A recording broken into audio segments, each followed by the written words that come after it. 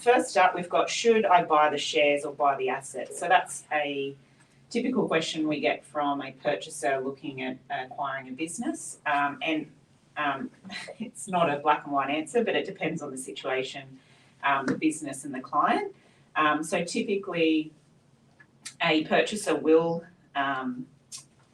prefer to buy the assets over the shares, because when you buy the shares, you're not only acquiring the assets of the company, which is including the business, you're also taking on pre-completion liabilities, which can be unknown. So, for example, if you're looking to buy a construction business, there could be 6 years worth of claims that you're not aware of for defective works, etc.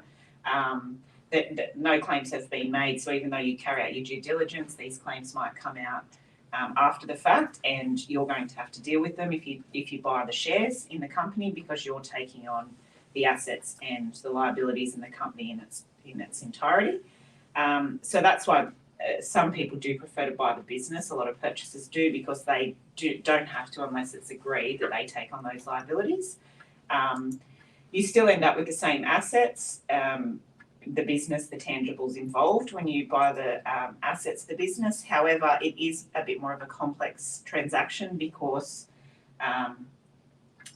buying the shares, you just buy the shares and that's it, you own the business.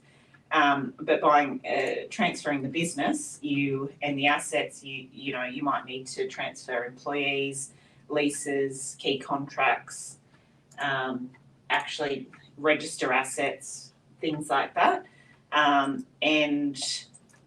So it can be a bit more complex, time consuming, few more hurdles, I guess, if third parties don't agree to the assignment or the transfer of certain contracts.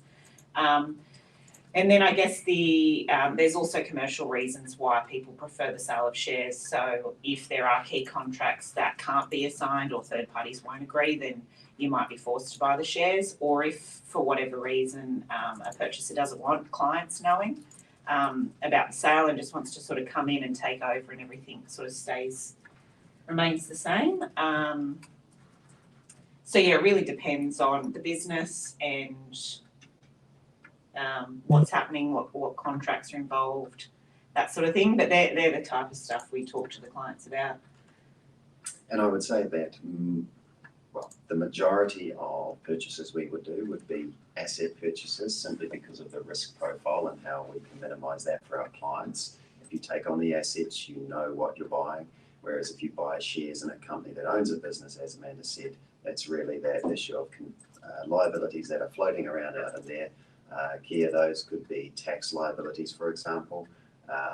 And that's why the majority of purchases are done by way of asset purchase.